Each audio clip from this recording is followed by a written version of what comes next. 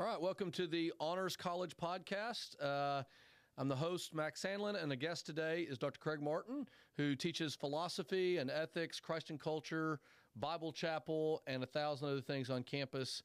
And we're here to answer a question from one of the students today. How do you navigate the relationship with your parents as you're getting older, but you still want to honor them? Honor your father and mother. Fifth commandment. What is it in Ephesians? Children, obey your parents in the Lord, for this is good. This is the right thing to do. Honor your father and mother. But also, how do you do that? Like as a small child, it's one thing. As an adult or an emerging adult, it feels different. What's your initial thought?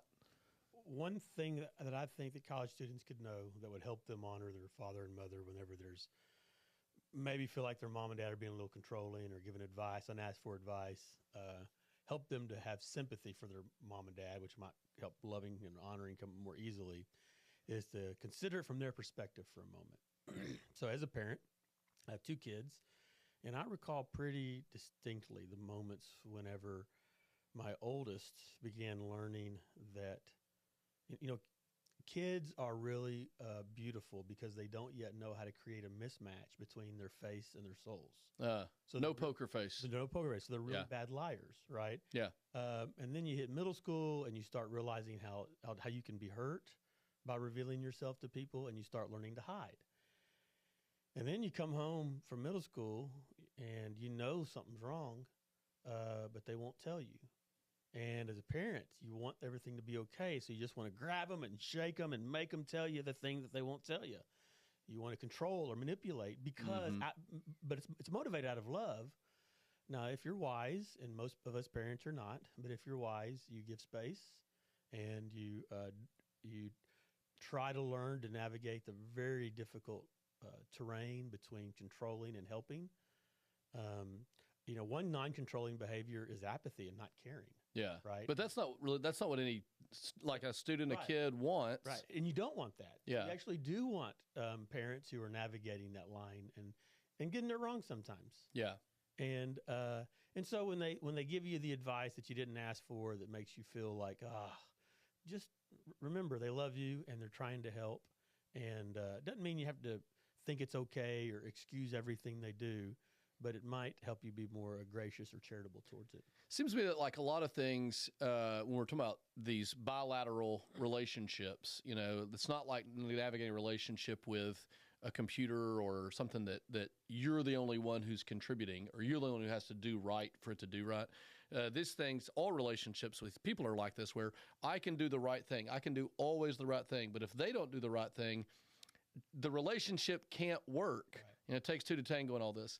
So I do think you're right about sympathizing. And there's a sense in which this is very easy if you've got the right parents, and impossible if you don't have the right parents. So I think about like, even I don't want to say that one did it right or one wrong, but I know it was easier for me when I was late adolescent, young adult, maybe not young adult, but like late adolescence. My dad just set like 2 or 3 very, very hard lines. And it became very clear to me, like, okay, if you cross that line, it's over. Like, it was boom, very, very hard. And he was very authoritarian and dominant only there. But most of the rest of the time, there was just tons of freedom. Yeah. He was like, you're growing up. You do what you think you need to do. And I often was like, hey, Dad, you want to help me with this? You want to do this for me? He's like, oh, you're 18. You can do that. And that was frustrating to me. My mom desperately wanted to help me and do nice things for me. And she's a helper. She's such a generous person and all this. So you could get her to do stuff for you. But then it was like you could push too far. And so I ended up having more conflict with her precisely because I think I was trying to manipulate her to do things I wanted her to do. But then that gave her this sense of he still needs me to take care of him and such. So navigating those two relationships, and my parents are both great, just makes me think having sympathy for them is one thing. And if the parents coming home or the students here at college, they're a freshman at college, or maybe they're a junior at college, and mom is still tracking their location, mom is still calling every day, or dad is still setting their schedule and telling them you're going to take this class and you're going to work here and all that kind of stuff. Yeah. I might speak to the parents and say a word, but of course the parents are not mostly our audience. It's the students who are listening to this. So I like your point about trying to have sympathy, see it from their point of view, but I also wonder about like ways in which students might engage in conversations with parents to signal, hey, I need a little more space. Yeah. I need a little less control or unsolicited advice, et cetera, and how to do that in ways that are still honoring. See, that can be tricky too, because the correct answer to that question about how you engage with parents who you feel like are being overly controlling is really dependent upon individual situations with parents. And in some cases, I think like a forthright conversation can be real helpful. Just real straight. Right. Hey, listen, this and this and this bothers me and makes me feel this way. I wish it was like this and this and this, without raised voices, without emotions, but not without emotions, but without like overly displaying emotions. But sometimes that's wrong, right? The hard truth is that sometimes all of us have relationships in our lives where there are just going to be on this side of Jordan some limitations in the relationship, and we have to learn also to be forgiving and sympathetic towards those things. All of our parents, they had parents, they had background and childhoods and traumas, and I'm thinking right now of some people I know who I would judge. Yeah, I wouldn't talk about those things with those people if their kids asked me. But you can still have lots of sympathy because I know what those parents have come through in their own life, right? Okay, if there's this limitation, if I can't bring that up, if I can't bring this up, and I just got to swallow this for this amount of time, because it's just not going to be productive to bring it up. Yeah, but look how far they've come. Yeah, right. So sometimes just recognizing a limitation in the relationship, but still being thankful for all the good parts of the relationship. Sometimes that's the best we can do. Yeah, I think that's a good word. That like it can be the case that, especially with parents, I think this happens maybe in romantic relationships or marriage later on, but with parents, it's you either want them to be perfect or out. Yeah. I think it's, when we're little kids, we think they're perfect, and then we realize they're not. And it's like, well, then who are you to exercise authority or to have authority or tell me what to do or whatever? And because we've had them on a pedestal, when they come off of it, a lot of times they either fall. Yeah. And it's hard to say, oh no, that's a person. Yeah. And I can talk to them like a person because the students are still growing up themselves. I'm thinking about some concrete advice we might give on this too, and then I want to turn. I want to say one thing before we get to the concrete advice. Yeah. That's all right. If it's possible for you to imagine a relationship with your parents,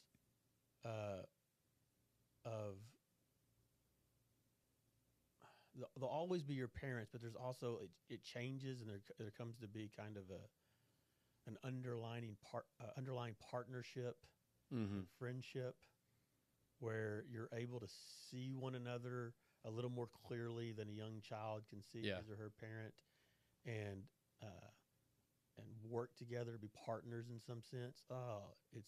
First of all, it's a tremendous, unspeakable blessing for the parent. Yeah, probably even more of a blessing for the parent than for the child, but it's a pretty remarkable blessing for the child too.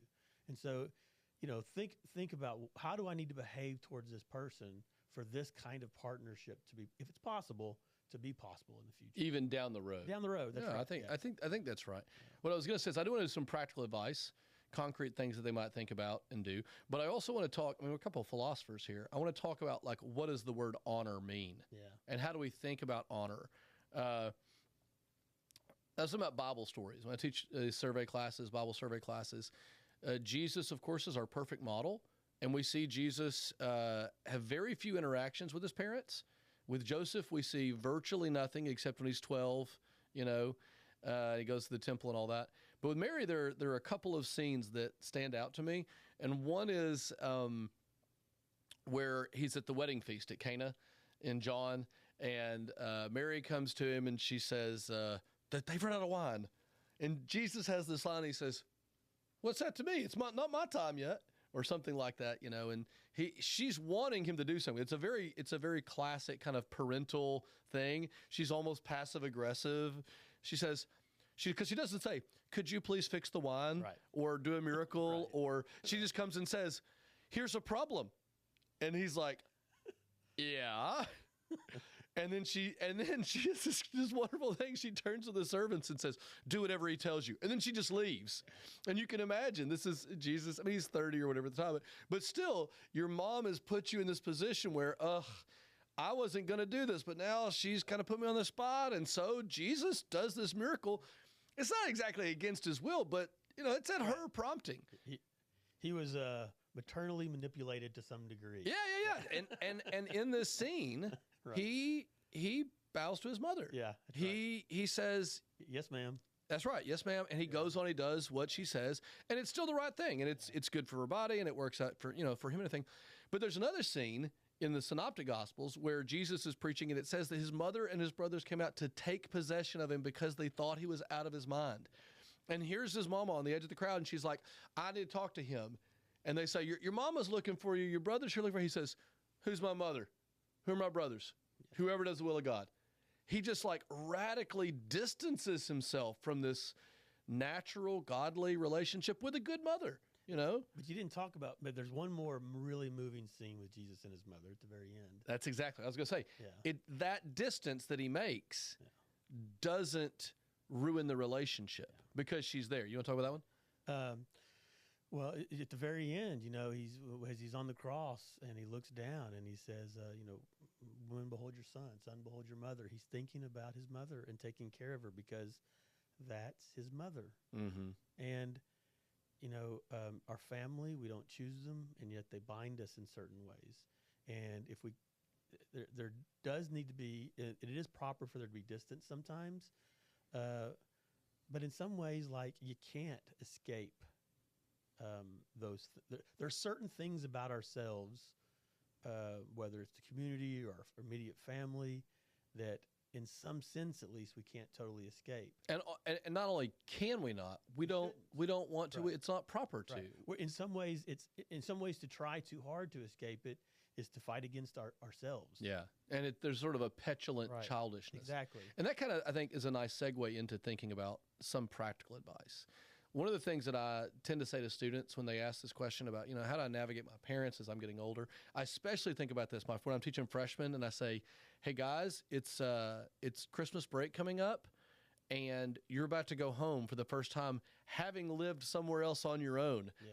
And the last time your parents, you know, lived with you, it was a very different thing than it is right now. And that first month at home is like weird. It's a shocking sort of thing for a lot of students and a lot of parents." It's like you go back to being a young kid again. Yeah.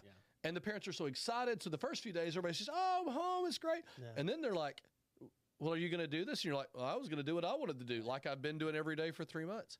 So one of the things that I think is helpful is if students want parents to treat them like adults, that is, not to treat them like children, not to give too much unsolicited advice, not to try and imagine they exercise too much control and authority, one of the things that students have to do is to demonstrate maturity. Yeah. And that means, for example, if you go home over Christmas break and you get up at 11:30 and play video games all day and hang out with your friends all night, your parents are going to think of you like a child because you are behaving like a child. Whereas if you come home and you say, "Hey, can I run to the store? I know we got this big dinner. Can I pick something up for you guys?" And parents are like, "What?" You say, "Well, I go to the store. I've been doing this for several months." And they say, "Well, yeah, well, give me a list and I'll pick it up." Do the dishes without being asked. Exactly. At Christmas dinner, I remember like going home in my mind, like vacation. Oh, everybody's serving me. Right. And then feeling almost resentful when it was like, they expect stuff from me. Right. But then realizing, oh, well, that's what maturity is. Right. And the danger for getting to do those things. It's getting to be the one with the responsibility to do for others. Yeah. I remember the first year that my aunt asked me to make the turkey for Thanksgiving, you know. We for a while I've been like, hey, can we bring something, or can you help, or I'd do the dishes. It was awesome. I smoked it. It was incredible. But like to do the turkey, it's a big deal. Yeah. And I thought, oh, I guess I'm grown up some. But I had sort of slowly moved to that point by taking more responsibility. That's a concrete thing I would say to them is demonstrate maturity to your parents. And things like money and household chores are two really concrete ways that students can demonstrate maturity to parents. How they manage and think about and get a job and that kind of thing, or manage their own money, as opposed to constantly just gimme, gimme, gimme. And it's not just a matter of, like you said, doing what they ask you in your home, being helpful, but rather taking initiative. I see these things need to be done where we all live together. What can I do? Yeah. Or how can I help? Can I do this? I think it's also fair to say a piece of advice to students who, I feel like, for me at least, I was really, really lucky in the mom and dad department. Yeah, same. And same. I was the youngest of 5, and so by the time I came along, they were just very tired. Well, tired. They were not like I never felt controlled. Yeah, more chill. That's right. They're more chill, and they're just great. My dad's passed, wonderful man. My mom, is my friend. We were a partner in things. It's really, really great. But sometimes, my mom and dad were lucky with their parents too, and sometimes people aren't. Sometimes difficulties in life create limitations and possibilities for relationships. And if your mom or dad has some kind of way of behaving towards you that it's unreasonable to expect to change, and you're going home and there's going to be that, whatever that thing is, that we don't want to justify or make like it's okay or tell you just to swallow it, like prepare yourself. Ask for God's Spirit and His grace to give you patience, to be able to see your parents as real people who love you despite their limitations, and because for a lot of people it takes a lot of work to do that. I think that's right too. I mean, it's easy. It is easy. I think my parents are great. Your parents are great, so it's easy to kind of speak out of that. But I think about close family members who's not the relationship is not great, and sometimes what that meant was, we're going to go out to dinner, but we're not doing Christmas together. Yeah. And that happened, I think, more like in real adulthood when you're really on your own. A college student's in a little bit different position, and they don't have a house and such. But I also know about like college students who do things like, I think I'm going to take an internship somewhere else this summer. Like I'm going to go live in Tulsa and do an internship over here, in part because it's really not a great situation for me to be living at home under my parents' roof. Yeah. And our relationship and honoring them is better and easier when there's more physical or geographic and financial distance between us. And I think that could be a very prudent thing. I've advised students to do just that sort of thing before. Another thing, I know we're short on time here, but another thing that about honoring your mom and dad, especially even if your mom and dad like have severe limitations, I think a real mark of developed and deep spiritual maturity in the work of God in the life of someone is for them to be able to say, especially where they have a difficult mom or a difficult dad or both, is to be able to say, thank you, God, for my mom and dad. Because if being able to thank God for your parents, regardless of who they were, what they were like, is to be able to thank God for your life. Yeah, they gave you life, even if they made it miserable once you had it. Not only that, but even if they were part of going through some real trials for you, with the help of the loving Father who's present and sufficient and capable, who does love you, and His help of His Spirit, even those things that Satan meant for evil can be part of a journey where you land in a place of joy and sufficiency of God. And when you get in that place, you look back on the journey you've come, and you see these broken people who hurt you, but who nonetheless were broken people with their own stories. Yeah. And you say, Lord, thank you for where I am. And because I thank you for where I am, I thank you for the things I've come through, even the bad parts of it. And so thank you for my mom and dad. That's a mark of tremendous spiritual maturity for people who go through real suffering with their relationship with their parents. Yeah, I think that's right. And the sense of part of, just to that question about what is honor. Yeah. at least part of what it means is a recognition of a deference or a gratitude that is owed not based on performance, Right. but rather based upon position. A bad dad is not worthy of the same sort of honor that a good dad is. But I do think there's some sense in which The dad. there's an honor to this, or a mean-spirited, overbearing mother. I'm thinking of a particular friend of mine whose mother was really, truly terrible to him, and it'd be so hard for me to say, honor your mother. Yeah. But also, there's something unbecoming about like running your parents down in public. Yeah. Talking bad about them to other people, cursing them Yeah. in your heart or open, talking to them in non-respectful and deferential ways. And I think you're right that it does take a real maturity to get there. It also a lot of times takes time. Yeah. I know that sometimes it's after a person has died that the hurt is able to be set aside and a deeper kind of forgiveness comes. So yeah, and forgiving your parents is a big one. Recognize your own limitations, big one. And saying there are guidelines for my behavior, my thoughts, my actions that govern this relationship regardless of what they do. Yeah. And that feels like what honor is to me. Yeah. Like it doesn't matter how good or bad someone who deserves honor is. Well, there's honor in the way that I interact with them, even if that doesn't always look like taking their advice, submitting to their commands, living in their house. There are still ways that honor concretely shows up in our hearts and our thoughts about them. And it seems to me that part of this is what your point about our Heavenly Father. Honor your father and mother is not a command that's given with nothing beyond it. Like it's not the final end. Right. Honor your father and mother. Why? Because in doing so, you learn right. how to honor God properly. And the good news is, as flawed as any of our parents are, our Father in God is not flawed. Right. Has to do with gratitude. Yeah. We cannot have joy-filled lives without a practice, a innate kind of just a normal condition where we relate to the world around us where we're grateful.